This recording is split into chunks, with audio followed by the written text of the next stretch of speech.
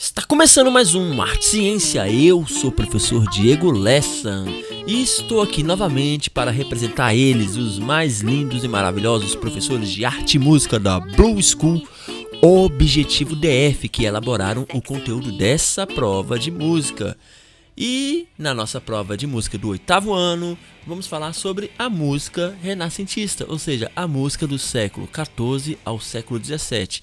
Mais ou menos, pessoal, entre 1450 até 1600, que é um período marcado por grandes transformações na história da música e da Europa de forma geral, não apenas na música, pois é um período que é caracterizado pelas renovações, incluindo grandes navegações, invenções de máquinas, iluminismo e uma era clássica que está sendo retomada pelos compositores desse período. E a era renascentista, ela testemunhou o desenvolvimento de novas formas musicais e técnicas de composições antes nunca vistas. E para explicar isso de forma mais clara, é durante o Renascimento, que a música ela experimentou essas transformações significativas, que é de interesse da arte clássica, que já existia na Grécia Antiga e está sendo retomada agora, e pela ampliação dos instrumentos musicais. E pessoal, por falar em instrumentos musicais, vamos já destacar alguns dos instrumentos presentes no Renascimento. Temos o alaúde, que é uma espécie de instrumento dedilhado, que é mais ou menos igual ao violão, só que com mais cordas e um braço diferente e o corpo bastante oval. A viola de gamba, pessoal, é um instrumento que deu origem ao violoncelo. E era tocado com arco e tinha um som bastante suave e expressivo.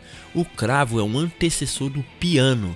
E também tínhamos já o órgão nesse período, pessoal, que é um instrumento, que é movido a ar, um aerofone gigantesco e um dos maiores inventos desse período. E pessoal, diversas flautas de madeira, flautas doces também estavam presentes nesse período aí, incluindo uma espécie de corneta com sacabucha, que é um antecessor do trombone. Como vocês já puderam observar, diversos instrumentos modernos, tiveram a origem em instrumentos muito influenciados pelo Renascimento, porque existia essa vontade de retomada de valores, pessoal, nesse período aí. Porque uma nova filosofia que colocava o ser humano no centro, ou seja, o antropocentrismo, estava em alta na Europa e valorizava a arte de forma bastante diferente da Idade Média. Pessoal, vamos falar agora um pouquinho sobre os compositores desse período.